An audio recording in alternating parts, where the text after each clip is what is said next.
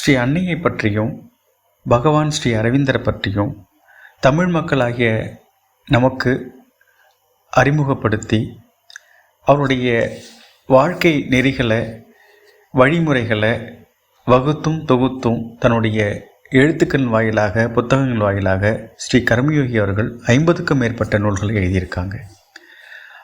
அப்படிப்பட்ட எழுத்துக்களில் இன்றைக்கு இந்த பதிவில் பார்க்க போகிறது விழித்தவுடன் வரும் நினைவுன்னு சொல்லக்கூடிய ஃபஸ்ட்டு வேக்கிங் தாட்னு சொல்லுவோம். தூங்கி எழுந்து காலையில் வரக்கூடிய முதல் எண்ணம், அதை பற்றி எழுதியிருக்கிறத விஷயத்தை, அதை எப்படி நம்மளுடைய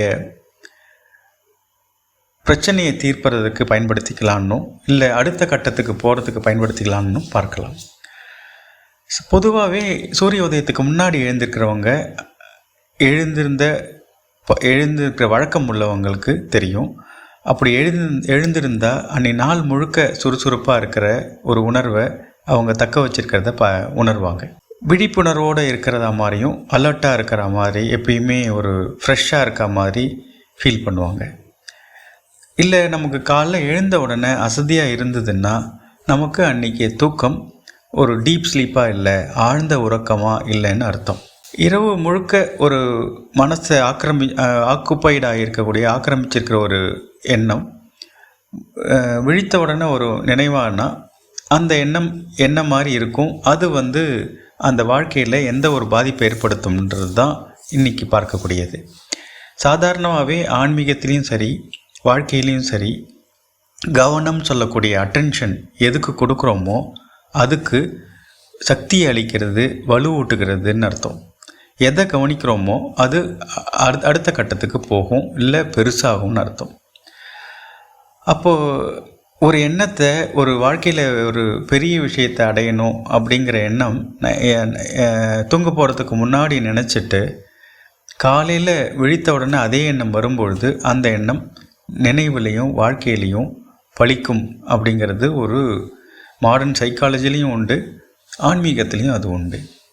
அப்போது அந்த எண்ணம் தானாக மனசில் தோன்றுதுன்னா அந்த எண்ணம் நம்மளுடைய சூட்சமம் சொல்லக்கூடிய சப்டில் ஃபிசிக்கலில் சூட்சம தேகத்தில் அது சக்தி வாய்ந்த எண்ணமாக ஆகி நம்மளுடைய மனசில் விழித்த உடனே வரக்கூடிய எண்ணமாக இருக்கிறதுனால அது பளிச்சிடும்னு சொல்லுவோம்.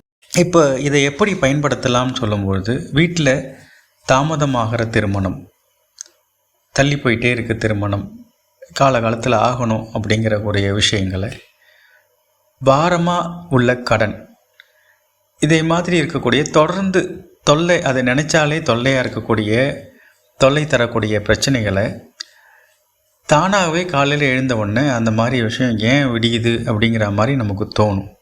அப்படிப்பட்ட பிரச்சனைகள் தான் நம்மளை நிலைக்குலைய செய்யுது, அதிகமாக துன்பத்தை தருது. நம்மளுடைய ஆக்குப்பைன்னு சொல்கிற மாதிரி ப்ரீ ஆக்குப்பேஷனுங்கிற மாதிரி எப்பயுமே அது பின்னணியில் நம்மளை சக்தியெல்லாம் உரியக்கூடிய ஒரு விஷயமாக அது இருக்கும். அதை கவனம் செலுத்துறதுனால அதுக்கு வலிமை அதிகமாகுது. அதனால் அது வளர்ந்துக்கிட்டே இருக்குது. இதை கர்மயோகி அவர்கள் என்னென்னா தன்னுடைய அனுபவமாக என்ன சொல்கிறார், இதை நான் நீண்ட காலமாக அன்பர்களுடைய பிரச்சனையை தீர்க்கறதுக்கு பயன்படுத்திட்டு வந்தேன். தூங்க போகிறதுக்கு முன்னாடி பிரச்சனையை அதிக நேரம் நினச்சி அன்னையிடம் விட்டு விடுறது. அப்போது சில நேரத்தில் அது காலைல எழுந்த உடனே அது நினைவாக வரும். அப்படி நினைவாக வரும்போது அது சீக்கிரமும் அந்த விஷயத்துக்கு ஒரு தீர்வு தீர்ந்துரும்னு சொல்லி எழுதியிருக்கேன். அப்போ நம்ம கவனம் எதை நினைக்கிறோமோ அதுக்கு சக்தி அளிக்குதுங்கிறது ஒரு விஷயம். அன்னையிடம் அதை சொல்லும்பொழுது, அன்னையை நினச்சி அன்னைகிட்ட விடும்பொழுது, முறையிடும் பொழுது அந்த கவனம் பாசிட்டிவ் ஆகுது, நேர்மறையாகுது, தீரக்கூடிய விஷயமாகுது. புலம்பலாக இல்லாமல் அதை இது என்ன வேணுமோ அந்த ஏக்கத்தை உள்ளடக்கி அதை நம்மளுடைய நிலையை சொல்லும் பொழுது அந்த பிரச்சனை உடனே தீர்க்கக்கூடிய ஒரு விஷயமாக ஆகுது. அப்போது நம்ம செயல்முறையாக செய்ய வேண்டியது என்னன்னு பார்த்தா, உறங்க போகிறதுக்கு முன்னாடி நம்ம மனதில் அரிக்கக்கூடிய விஷயம், பாரமாக இருக்கக்கூடிய விஷயம், இல்லை ஏக்கம், இது நடந்தால் தேவையில்லைன்னு சொல்லக்கூடிய விஷயத்தை ஆழ்ந்து நினைக்கிறதுனா அதை மட்டும் நினைக்கணும். அது கிளை விடுற மாதிரி வேறு எங்கேயும் டைவெர்ட் ஆகாமல் இப்போது ஒரு வீடு கட்டணுன்னாலோ, இல்லை திருமணம் ஆகணுன்னாலோ, இல்லை பாரமாக இருக்கக்கூடிய கடனாக இருந்தாலோ, இல்லை அடுத்த கட்டத்துக்கு நம்ம வாழ்க்கை போகணும், வருமானம் உயரணும் அப்படிங்கிற ஒரு விஷயத்த, லட்சியமாக இருக்கக்கூடிய விஷயத்த அதை டீட்டெயிலாக நினச்சிட்டு, மதரை நினச்சி அதை நினச்சிட்டு, இது இந்த மாதிரி நடந்தால் தேவையில்லைன்னு சொல்லிட்டு உறங்க போயிடணும். காலையில் எழுந்த உடனே அதே எண்ணம் நமக்கு தானாகவே வரும்.